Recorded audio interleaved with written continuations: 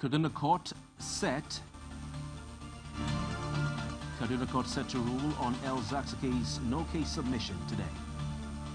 Human rights advocate High King slams DSS over failure to arraign Nnamdi Kanu. Lagos court releases 47 out of 48 Yoruba Nation protesters. Gunmen abduct Nigerian Navy officers, 7 Nigerian Navy officers, as army bars soldiers from traveling on Damaturu-Maiduguri Road over increased abductions. And France court set to rule on Equatorial Guinea VP's lavish lifestyle conviction.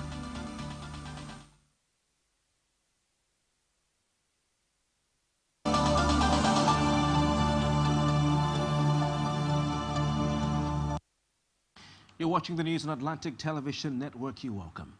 In our first story, the trial of embattled leader of the Islamic movement in Nigeria, Ibrahim El Zakzaky, is ongoing at the Kaduna State High Court. The court, which is presided over by Justice Gideon Kurada, is expected to deliver judgment on the no-case submission filed by the Islamic cleric, and the lead counsel to El Zakzaky, Femi Falana, argues that all 15 witnesses presented by the prosecution counsel were unable to establish any connection between the alleged crimes and his client. El Zakzaky and his wife, Zinat Ibrahim, have been standing trial for the past 4 years on an 8-count charge of alleged culpable homicide, disruption of public peace, and unlawful assembly, among others, leveled against them by the Kaduna State government. They were brought to court this morning by officials of the Nigerian Correctional Service amidst tight security. El Zakzaky and his wife have been in detention since December 2015 following a bloody clash between his followers and soldiers in Zaria, Kaduna State. Ibrahim Salami, lawyer to Sunday Igboho, says no fewer than 11 lawyers are battling to secure the bail of the Yoruba Nation agitator who has been transferred to a new detention facility in Cotonou, the Republic of Benin. After Monday's hearing, Igboho's lawyer said the activist's trial had taken a new twist, while noting that new charges had been filed against him. Salami, who is Igboho's lead counsel, listed the charges against him as illegal migration, dubious connivance with immigration officers, and an attempt to cause civil unrest. Salami, a professor of law, confirmed in an interview that lawyers would file his bail application as soon as possible. He clarified that the next date for hearing would be fixed after the lawyers had filed the bail application, while adding that Igboho's trial might begin afresh with the new charges. In a related development, Aloy Ejimako, the special counsel for the leader of the indigenous peoples of Biafra, Nnamdi Kanu, has revealed that his partners in the United Kingdom are engaging the British government at the highest level over the case. The lawyer told newsmen that the Department of State Services has yet to allow the IPOB leader to sign documents that would give him access to consular support. Kanu, who is facing charges bordering on treasonable felony, was recently brought back to the country from Kenya. He was to appear before the Federal High Court in Abuja on Monday, but the session did not hold as the DSS failed to produce him. Meanwhile, soldiers on Tuesday prevented traders at the timber and building materials markets in Olu, Imo State, from opening for the day's business.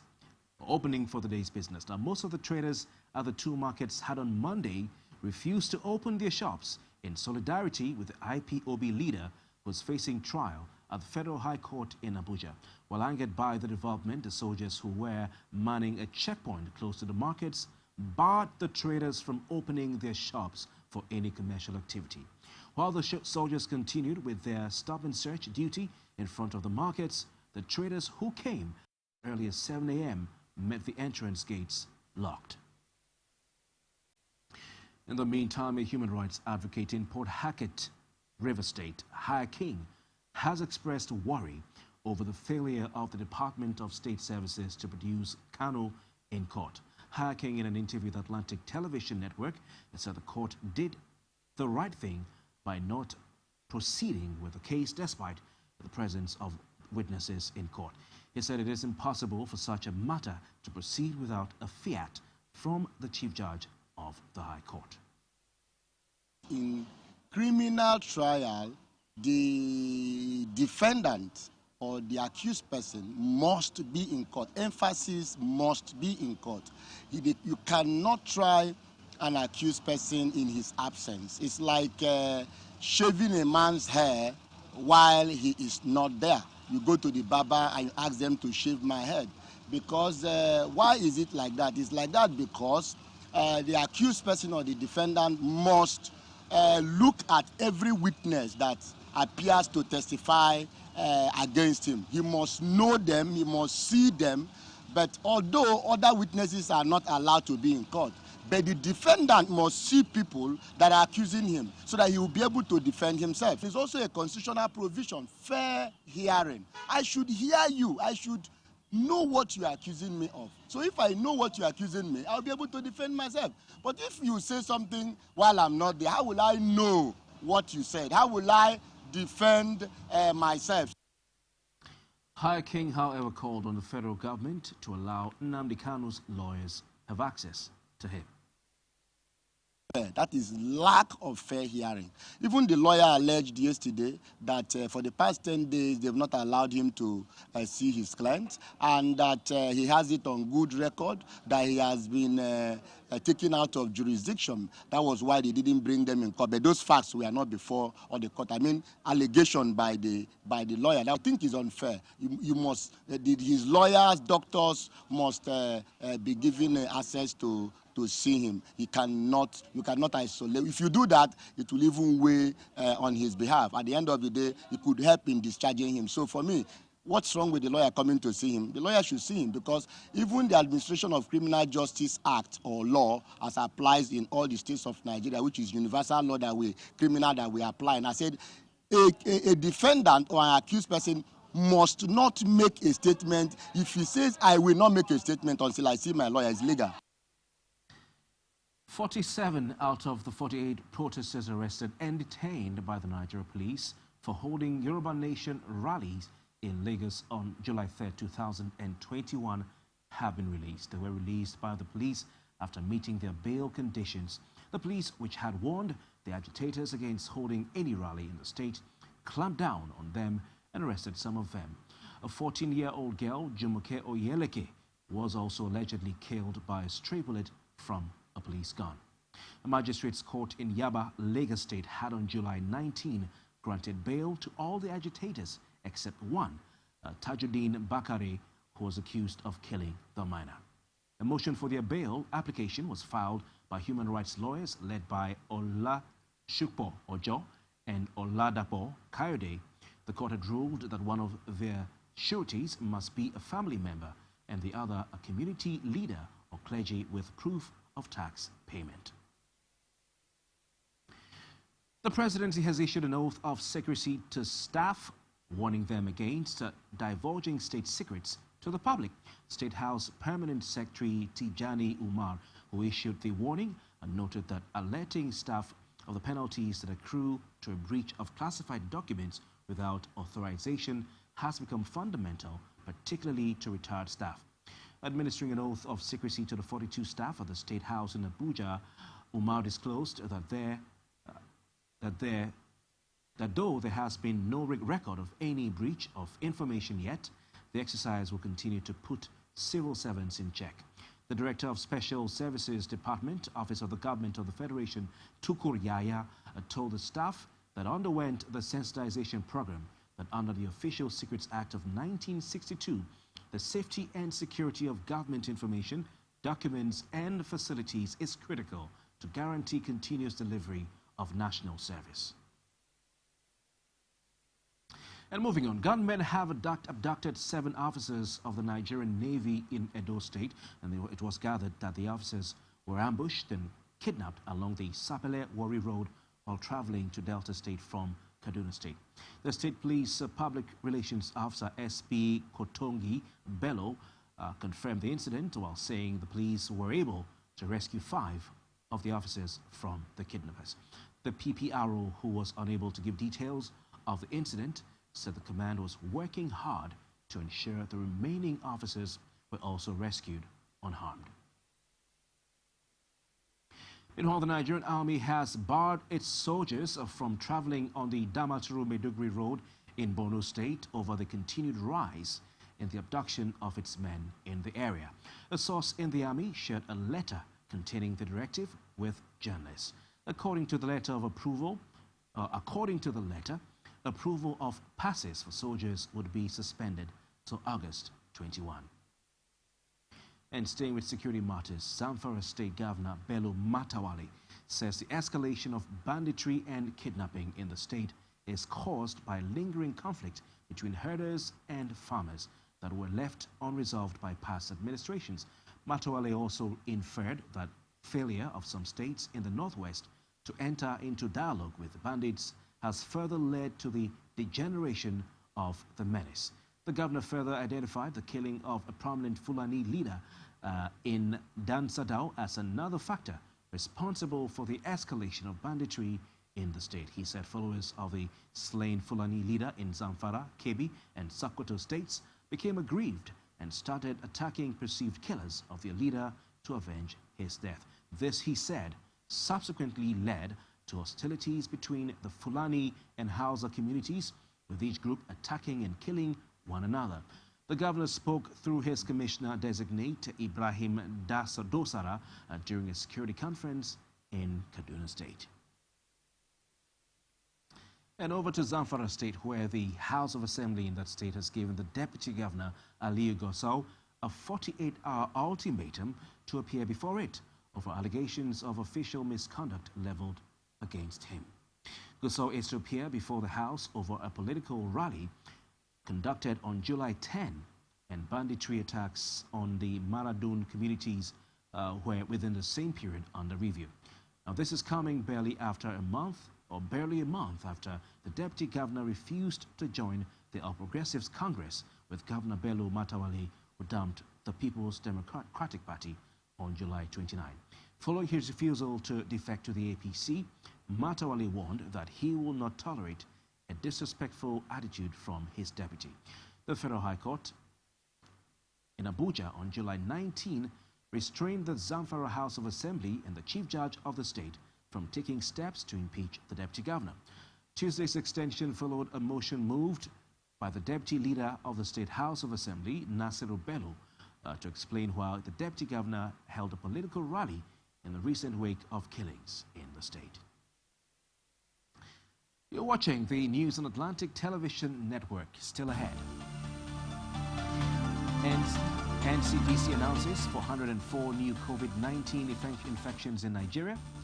Details of these and more when we return.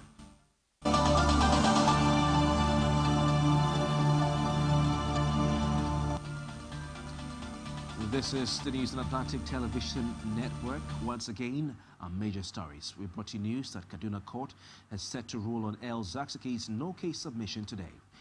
A human rights advocate, Haya King, has slapped the DSS over its failure to arraign Nnamdi Kanu in court. In Lagos State, a court has released 47 of 48 Yoruba Nation protesters. And now to our other stories. The Joint Admissions and Matriculation Board has cleared and released the UTME results of over 14,600 candidates that were previously under investigation, while withholding the results of 93 others. The board's head, Media and Publicity, Fabian Benjamin, disclosed this in a statement in Abuja on Tuesday. Benjamin said the results were released following the consideration of approval of the recommendations of the investigators at a management meeting held on Tuesday. The Nigerian Center for Disease Control has announced that 404 additional COVID-19 infections and 0 COVID-19 related deaths were registered in Nigeria on July 27, 2021. That's yesterday. The NCDC disclosed this on its official Twitter handle, saying the additional infections represent the highest number of daily cases recorded in over 4 months, taking the total tally to 171,728 and 2,134 casualties. This is coming just 2 weeks after the government confirmed the presence of the Delta variant of COVID-19 in the country. The top appeals court in France is due to rule on a conviction handed to the son of Equatorial Guinea's president, Theodore Obiang, for using public money to fund his lavish lifestyle. If the decision goes against him, his assets could be redistributed to people living in his home country. Obiang, who is the vice president of Equatorial Guinea, was first convicted in France in 2017. Last week, Britain imposed sanctions on him for corruption. Equatorial Guinea said the measures were based on lies and warned it would close its embassy in London. The Confederation of African Football (CAF) has banned the captain of Enyimba Football Club, Oladapo Augustine, for a year over a doping violation. Announcing the ban in a statement on Monday, CAF said it found the prohibited substance, prednisolone, in his urine sample collected from Oladapo after the Total CAF Confederation Cup 2020-2021 first leg fixture in the Egyptian capital, Cairo. Prednisone is an anti-inflammatory steroid prescribed to treat conditions such as asthma, COPD, and rheumatologic diseases. The ban, according to CAF, commenced from 4th of July 2021, the date of notification of the provisional suspension. In more sporting stories, American gymnast and four-time Olympic gold medalist Simone Biles has withdrawn from tomorrow's individual all-round final in Tokyo. Biles, the most successful U.S. gymnast of all time, said she had to focus on her mental health after pulling out of the women's team final on Tuesday. The head of the United States Olympic team and fellow athletes praised Biles' decision to prioritize her mental health and well-being. The 24-year-old has reached all 5 individual finals in Tokyo, and she was due to defend her all-round title on Thursday before competing in the finals of the vault and uneven bars on Sunday, the 1st of August, floor on Monday, the 2nd of August, and beam on Tuesday, the 3rd of August. Team silver in Tokyo was Biles' 6th Olympic medal and took her tally of Olympic World Championship medals to 30. And the Naira fell slightly to the dollar at the parallel market a few hours after the Central Bank of Nigeria announced a discontinuation of forex supplies to Bureau de Change operators in the country. The Central Bank Governor, Godwin Emefiele, announced the end of forex sales and new license approval after the Monetary Policy Committee two-day meeting in Abuja on Tuesday. He expressed the MPC's disappointment over their continuous abuse of the privilege. And at the end of the meeting, the MPC retained the lending rates and other parameters. And on that business news note, we come to the end of the news on Atlantic Television Network for now. But before we go, let's take another look at the major stories. A court in Kaduna is expected to rule on El Zakzaki's no-case submission today. A human rights advocate, Haya King, has criticized DSS for failing to arraign Nnamdi Kanu in court. In Lagos, a court has released 47 out of 48 Yoruba Nation protesters arrested 2 weeks ago. We also brought you news that gunmen have abducted 7 Nigerian Navy officers in Edo State. And a court in France is set to rule on the conviction of Equatorial Guinea's Vice President, Theodore Obiang. And that's the package for now. Thanks for joining us, and keep watching Atlantic Television Network for more news.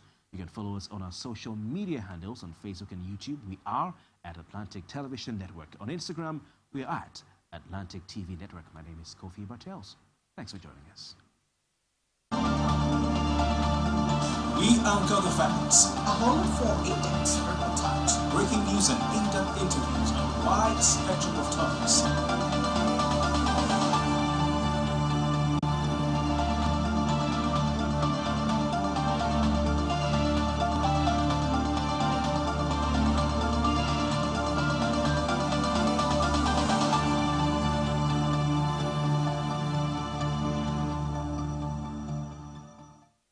From the line across the ocean to the land beyond the mountains, through the